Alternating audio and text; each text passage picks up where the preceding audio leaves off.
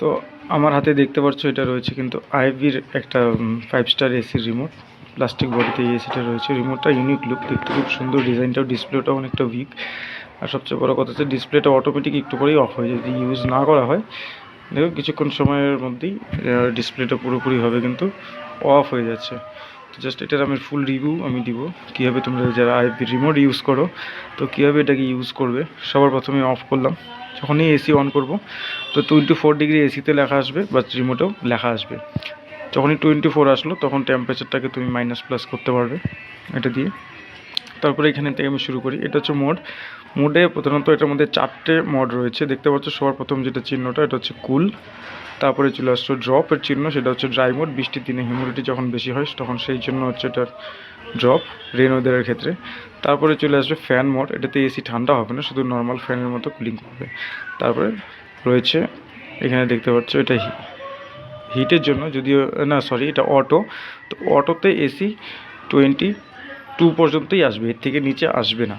যখনই তুমি অটোতে এসিটা চলবে তো 22 ডিগ্রি 22 ডিগ্রি টেম্পারেচারও রুমের ভিতরে সবসময় মেনটেন করবে। তোমরা যদি 16 বা 18তে করতে চাও তখন সেটাকে কুল মোডে নিয়ে আসার পরে সেটা কিন্তু 16 পর্যন্ত আসবে, তাছাড়া কিন্তু এটা 16 পর্যন্ত আসবে না। এই হয়ে গেলো মোডে 4টা মোড। তুমি কুল আসবে, তারপরে চলে আসলো এটা ড্রাই, তারপরে ফ্যান, তারপরে অটো, তারপরে আবার কুল। এখানে হচ্ছে ফ্যানের স্পিডটাকে হাই মিডিয়াম লো 3টা স্পিডে ডিভাইড করা যায়। ফ্যানের যে এসির যে ফ্যানের স্পিডটা আসে এয়ার ফ্লোর, সেটাকে তুমি এখান থেকে অ্যাডজাস্ট করতে পারবে, কম বেশি করা যায়। তারপরে রয়েছে তো মাইনাস প্লাস বললাম, আমি টেম্পারেচার আপ ডাউনের জন্য এটা কাজ করবে। আর এটা হচ্ছে টাইমার, যখনই টাইমারটাকে অন করবো দেখতে পাচ্ছ উপরে একটা ক্লকের চিহ্ন কিন্তু এখানে ব্লিঙ্ক করছে। তুমি যখনই টাইমারটা যখন এখানে ব্লিঙ্ক করছে তখন এটাকে মাইনাস প্লাস দিয়ে আপ ডাউন করলে এটা কাজ করবে।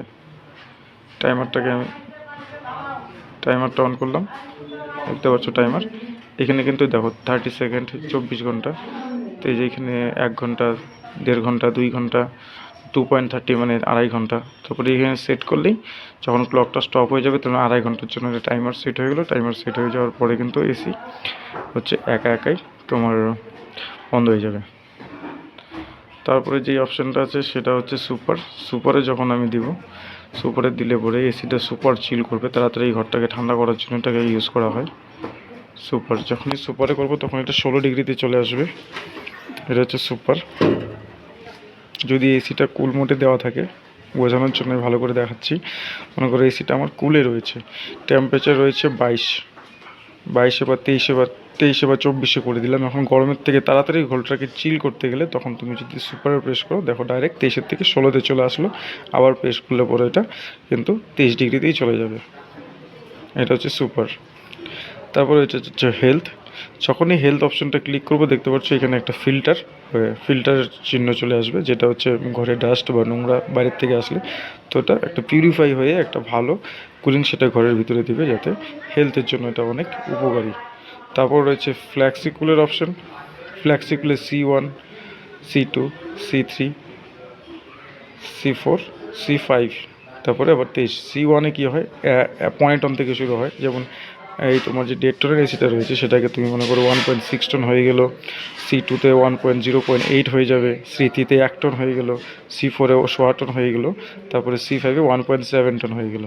এটা হচ্ছে রিমোটের কাজ। আর এটা হচ্ছে সুইং প্লেটটাকে অ্যাডজাস্ট করার জন্য, ভার্টিক্যাল সুইং আর একটা হরিজন্টাল সুইং, এই দুটো হচ্ছে সুইংয়ের জন্য। আর এটা হচ্ছে স্লিপ